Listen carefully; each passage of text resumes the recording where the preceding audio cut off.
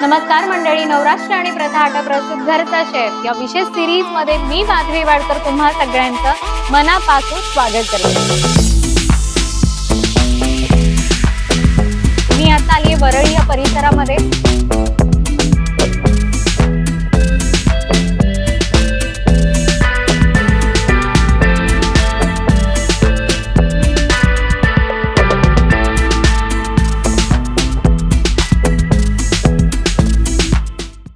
नमस्कार मंडळी, नवराष्ट्र आणि प्रथा आटा प्रस्तुत घरचा शेफ या विशेष सिरीज मध्ये मी माधवी वाडकर तुम्हा सगळ्यांचं मनापासून स्वागत करते। मंडळी, आज पण ना गावी गेलो की जेव्हा एक पारंपरिक पद्धतीचं जेवण किंवा पदार्थ जेव्हा प्लेट मध्ये येतो ना तेव्हा त्याला तोड नसते।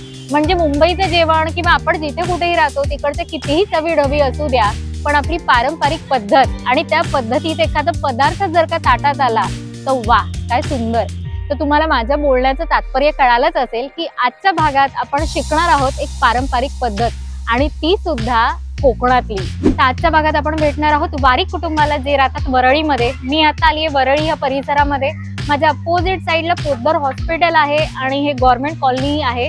तर चला जाऊया आणि भेटूया आपल्या कुटुंबाला। नमस्कार मंडळी, तर आपल्यासोबत आहे वारीक कुटुंब। चला त्यांच्याशी गप्पा मारूया। नमस्कार। नमस्कार। मला तुमच्याबद्दल सांगाल, तुमचं नाव, तुम्ही काय करता आणि तुमच्या परिवाराची ओळख करून द्याल? नमस्कार, माझं नाव विशाखा विनोद वारीक। मी वरळी येथे राहते आणि मी एक ट्युशन टीचर आहे। प्लस मला पाककलेची खूप आवड आहे। माझा छंद म्हणाला तर पाककला आहे। मला 2 मुलं आहेत, म्हणजे माझ्या कुटुंबात 4 जण आहेत, मिस्टर, मी आणि 2 मुलं। मुलं काय करतात? मोठा मुलगा मास मीडिया केलंय त्यांनी, तो एडिटर आहे सध्या, मंत्रालयात एडिटिंग करतो। छोटा मुलगाने इंजिनिअरिंग करायचं स्वप्न होतं, ते तो पूर्ण करतोय। तो ऑटोमोबाईल मध्ये, म्हणजे एकदम हॅपी आहात की दोन्ही मुलं आहे आणि ते त्यांची स्वप्न पूर्ण करतायत। अजून कोण कोणाचं कुटुंब आहे? 2 मुलं आणि 2 मुलं, नवरा आणि आम्ही 4 जण। आणि गाव कुठलं तुमचं? माझं गाव तरळा, दारुम गावडेवाडी, कणकवली तालुका लागतो। मी आता सध्याच गावी जाऊन आले आणि गावाकडे गेल्यामुळे आपल्याला पारंपरिक कळतो। कारण मी तुम्हाला तोच प्रश्न विचारणार होती। आज तुम्ही आम्हाला एक पारंपरिक पद्धतीचा पदार्थ दाखवणार आहे, तर काय असणार आहे तो पदार्थ तर मी विचारेनच, पण पारंपरिक म्हणजे हे सगळ्या पद्धती तुम्हाला किती वाटतात की इम्पॉर्टंट आहे आणि हे आपण जपल्या पाहिजे? सध्या कसं होतंय, मुलांना फास्ट फूडची जास्त सवय लागली आहे। काय नाही मिळालं, आणला ब्रेड, लावला बटर, खाल्लं। म्हणजे इथपर्यंत होतं की धावपळीच्या ह्याच्यात होतं, एक मान्य, मला मी पण ऍग्री आहे त्या बाबतीत। पण आपण जर बघायला गेलो तर परंपरा कुठेतरी मोडीत येऊ नये ह्याच्यासाठी जर आपण तत्पर राहिलं तर ही परंपरा पुढे चालू राहील। तुम्ही जसं मगाशी म्हणालात की तुम्ही पाककले स्पर्धेमध्ये भाग घेता आणि तुमच्या मैत्रिणींचा ग्रुप मस्त असेल।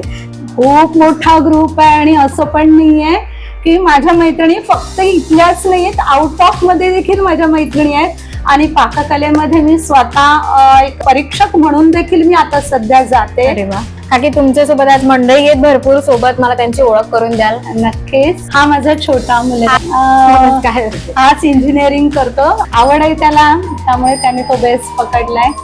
आणि ही माझी मैत्रीण, म्हणजे फार म्हणजे म्हणायला गेलं ना, वरळीत आल्यापासूनची आमची जी मैत्री आहे ती आज तागापर्यंत, म्हणजे ही दोस्ती तुटायची नाही। एकदम एकदम अगदी बरोबर।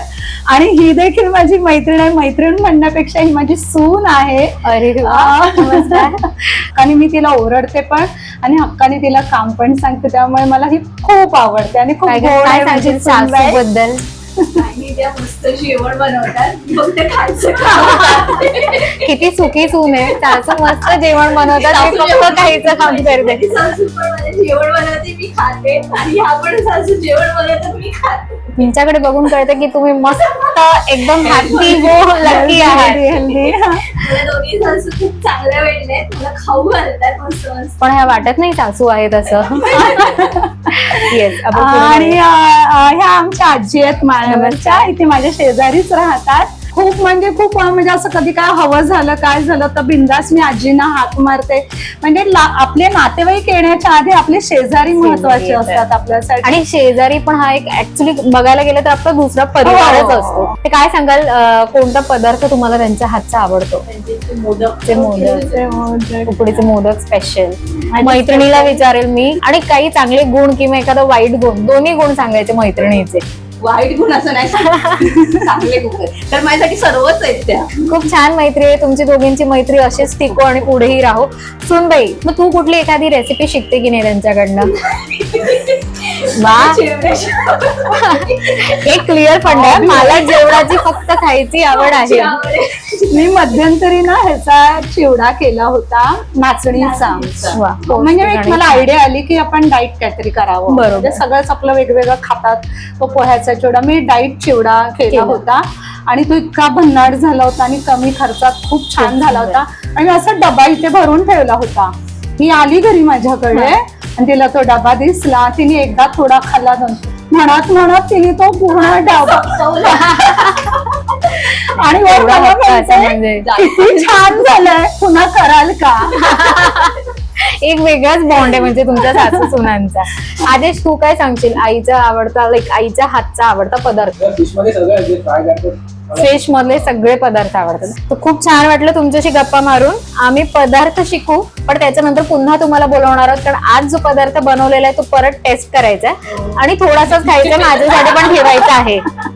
तर परत भेटूया आणि आपण दोघी वळूया किचन कडे. नमस्कार मंडळी, तर आता आपण आलेलो आहोत स्वयंपाकघरात आणि आपण आपला आजचा पदार्थ बघूया, पदार्थ शिकणार आहोत. तर काकी, काय आहे आपल्या आजच्या पदार्थाचं नाव? आजचा आपला पारंपरिक कोकणी पदार्थ आहे. याला 7 कप्प्याचे घावण म्हणतात, अरे 7 वा. पाणी घावण म्हणतात. खूप छान पदार्थ लागतो, पौष्टिक आहे, लहान मुलांना आवडणारा आणि झटपट होणारा आहे.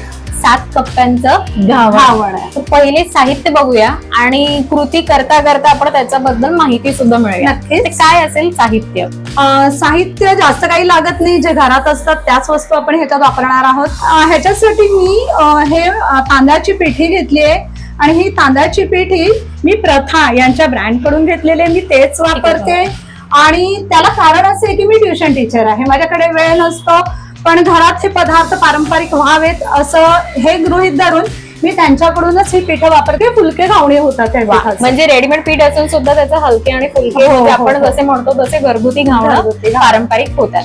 तर आता हे तुम्ही किती वाट्या घेतलेत, म्हणजे पीठ आपण हे जे हा. घेतलंय ते?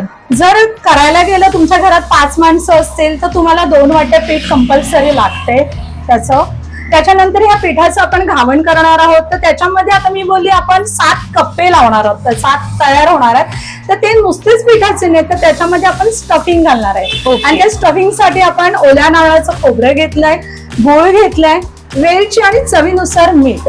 म्हणजे एकदम सोपं, सहज आणि छोट्या छोट्या वस्तूंमध्ये, छोट्या छोट्या पदार्थांमध्ये होणारा हा पदार्थ आहे. तर चला सुरुवात करूया आपल्या आजच्या पदार्थाला. करूया सुरुवात. श्री गणेशा. पहिले आपल्याला काय करायचंय? सारण बनवून घेऊया. आधी आपण सारण बनवण्यासाठी मी एक टोप ठेवलाय. आपल्याला ओलं खोबरं लागणार आहे, गूळ लागणार आहे आणि वेलची. आता ओलं खोबऱ्यामध्ये स्निग्ध पदार्थ जास्त असतात आणि खूप म्हणजे हेल्दी असतं, ते बरोबर. मुलांसाठी तर खूपच चांगलं आहे. खोबऱ्यामध्ये ना पाणी असतं, बरोबर. तर तो मॉइश्चर काढून टाकायचं आपल्याला. त्याच्यासाठी थोडं आधी मी हे हलकं करून घेते. आपण यातलं मॉइश्चर काढून घेतो, कारण ओला नारळ असल्या कारणाने म्हणजे मॉइश्चर moisture काढून काढून आपण हा गोळ घालतो याच्यामध्ये.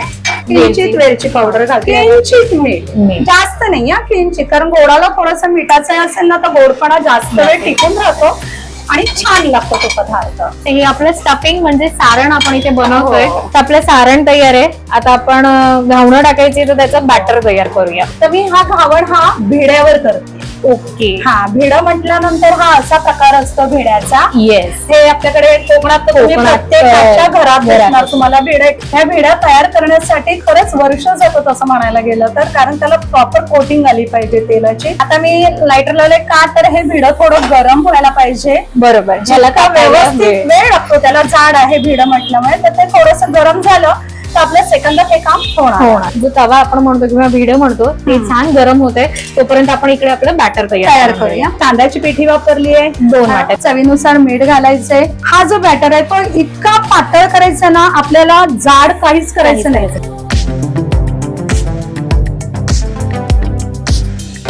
आता हे एक असं आपण पहिले टाकलं.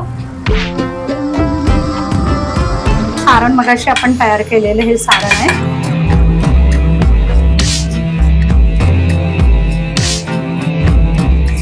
आणि आता आपण दुसरा कप्पा टाकतो. म्हणजे जे पहिलं आहे ते तिथेच ठेवायचं आपल्याला. भिड्यावर पुन्हा ह्याला कव्हर करायचंय. वाफ येऊ द्यायचं. हा, थोडं सो अशा पद्धतीने आपण एकावर एक जशी दहीहंडी रचतो ना हा, तसं आपण हे same, same. कप्पे रचणार. मंडळी फायनली आपलं पारंपरिक कोकणी पद्धतीचं 7 कप्प्यांचं घावण हे तयार झालेलं आहे. दूध एकदम पौष्टिक, छान, झटपट, मस्त अशी रेसिपी झालेली आहे. तर मी जरा टेस्ट करते आणि तुम्हाला सांगते कशी झाली आणि तुम्ही सुद्धा आपण टेस्ट करूया. बाकी खरंच खूप छान वाटलं तुम्हाला भेटून आणि ही एक नवीन पारंपरिक रेसिपी शिकून की सुंदर रेसिपी शिकवली आम्हाला आणि इतक्या छान गप्पा मारल्या आणि तुम्ही प्रथाचे इतक्या प्रामाणिक लॉयल कस्टमर आहात त्यासाठी प्रथाकडनं एक ही छोटीशी आठवण. तर मंडळी आजची रेसिपी आणि आजचा भाग तुम्हाला कसा वाटला हे नक्की कमेंट्स करून सांगा. अशाच नवनवीन रेसिपी आम्ही सुद्धा घेऊन येणार आहोत आणि जसं मी नेहमी शेवटच्या भागाला नेहमी म्हणते की तुम्हाला सुद्धा या कुटुंबाचा घरचा शेफ मध्ये सहभाग घ्यायचा असेल तर नक्की कमेंट्स मध्ये येस करून सांगा किंवा डिस्क्रिप्शन मध्ये जो मोबाईल नंबर दिलाय त्याच्यावरती कॉन्टॅक्ट करा. मे बी नेक्स्ट एपिसोड किंवा पुढचा भाग हा तुमच्या कुटुंबासोबत असेल, तुमच्या घरच्या शेफ सोबत असेल. तोपर्यंत खात राहा, स्वस्थ राहा आणि मस्त राहा. धन्यवाद.